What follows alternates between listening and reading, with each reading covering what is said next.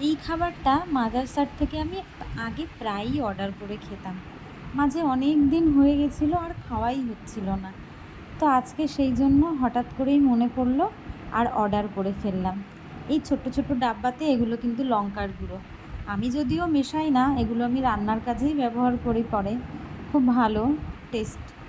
আর হচ্ছে মাদারসার যেহেতু 100 টাকার নিচে হোম ডেলিভারি দেয় না, তো সেই কারণেই আমার খাবারটার সঙ্গে আরেকটা সাইড ডিশ হিসাবে আমাকে নিতেই হয়, কারণ এই পাপড়ি চাটটার দাম মাত্র 70 টাকা।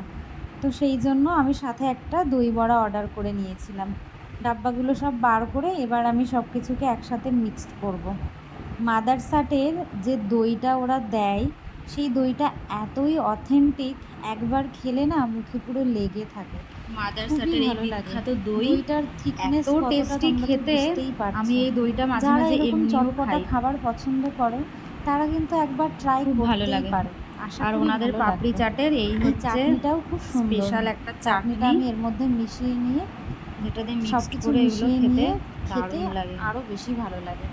খুবই ভালো একটা খাবার। জিয়া মাদারসাটের দেওয়া এই থাকে। স্ন্যাক্সগুলো না খুবই ভালো হয় খেতে। মেন কোর্সের তুলনায় স্ন্যাক্সগুলোই বেশি টেস্টি সব মনে কিছু হয়। নিজেদের